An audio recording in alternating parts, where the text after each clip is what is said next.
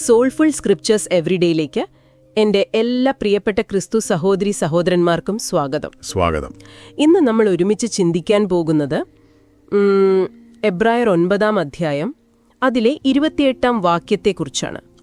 വളരെ ശക്തമായൊരു വാക്യം. അതെ, യേശുക്രിസ്തുവിന്റെ ആ അതുല്യമായ യാഗത്തെക്കുറിച്ചും അവന്റെ മടങ്ങി വരവിനെക്കുറിച്ചുമുള്ള സത്യത്തിലേക്ക് നമുക്കൊന്ന് ആഴത്തിലിറങ്ങിച്ചെല്ലാം, അല്ലേ? തീർച്ചയായും.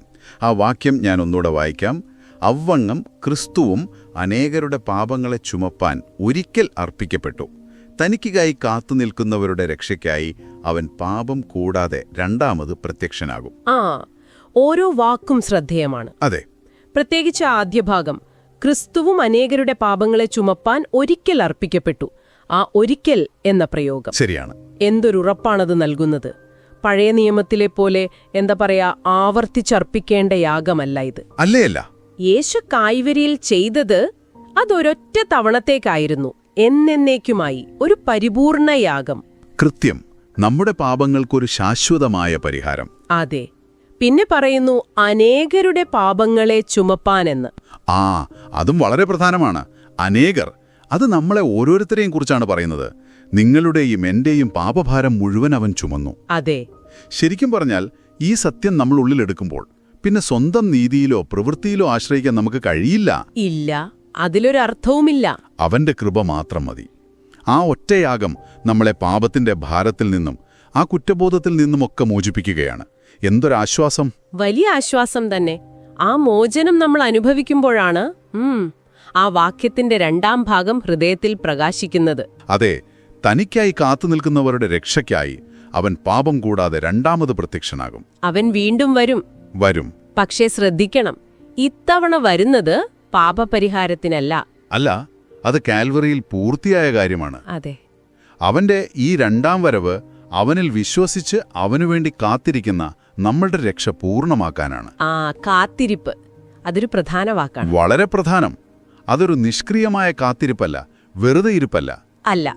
പിന്നെയോ, അതൊരു സജീവമായ പ്രത്യാശയോടെയുള്ള ഒരു ജീവിത രീതിയാണ്. നമ്മുടെ രാജാവ് അവൻ വിജയാളിയായി തിരികെ വരുമെന്ന ഉറച്ച ബോധ്യത്തോടെ ജീവിക്കുക. ഈ ലോകത്തിന്റെ പ്രലോഭനങ്ങൾക്കിടയിലും. അതെ, അവനുവേണ്ടി ഹൃദയമൊരുക്കി നിത്യതയിൽ കണ്ണുനട്ട് ജീവിക്കുക.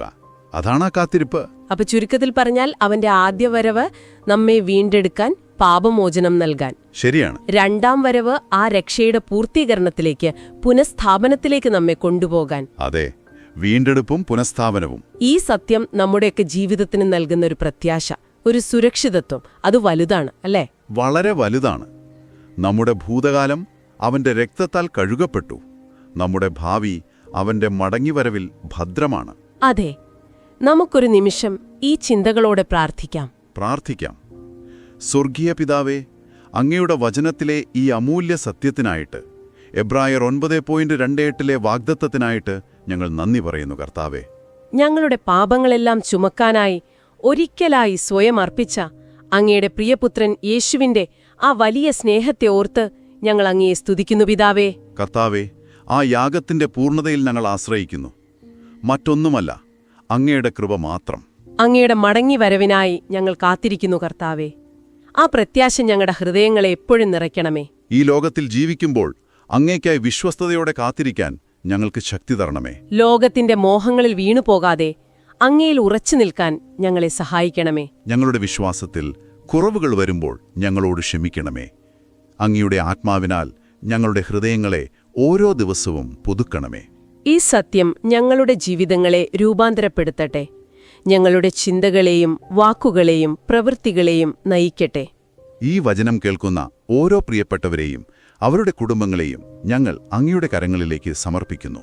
അവർക്കാവശ്യമായ സമാധാനവും സൗഖ്യവും കരുതലും നൽകണമേ. അവരെ സംരക്ഷിക്കണമേ, വഴി നടത്തണമേ, അനുഗ്രഹിക്കണമേ കർത്താവേ. എല്ലാ മഹത്വവും അങ്ങേക്ക്, യേശുക്രിസ്തുവിന്റെ പരിശുദ്ധ നാമത്തിൽ തന്നെ. ആമേൻ. ആമേൻ. നിങ്ങളുടെ വിശ്വാസയാത്രയിലെ അനുഭവങ്ങൾ, സാക്ഷ്യങ്ങൾ, ഈ വചനം നിങ്ങളെ എങ്ങനെ സ്പർശിച്ചു എന്നുള്ള കാര്യങ്ങൾ, അതൊക്കെ ഞങ്ങളുമായി പങ്കുവയ്ക്കാൻ നിങ്ങൾക്ക് താൽപ്പര്യമുണ്ടെങ്കിൽ soulful scriptures everyday@gmail.com എന്ന വിലാസത്തിൽ എഴുതാവുന്നതാണ്. അതെ, കേൾക്കാൻ ഞങ്ങൾക്ക് സന്തോഷമേ ഉള്ളൂ.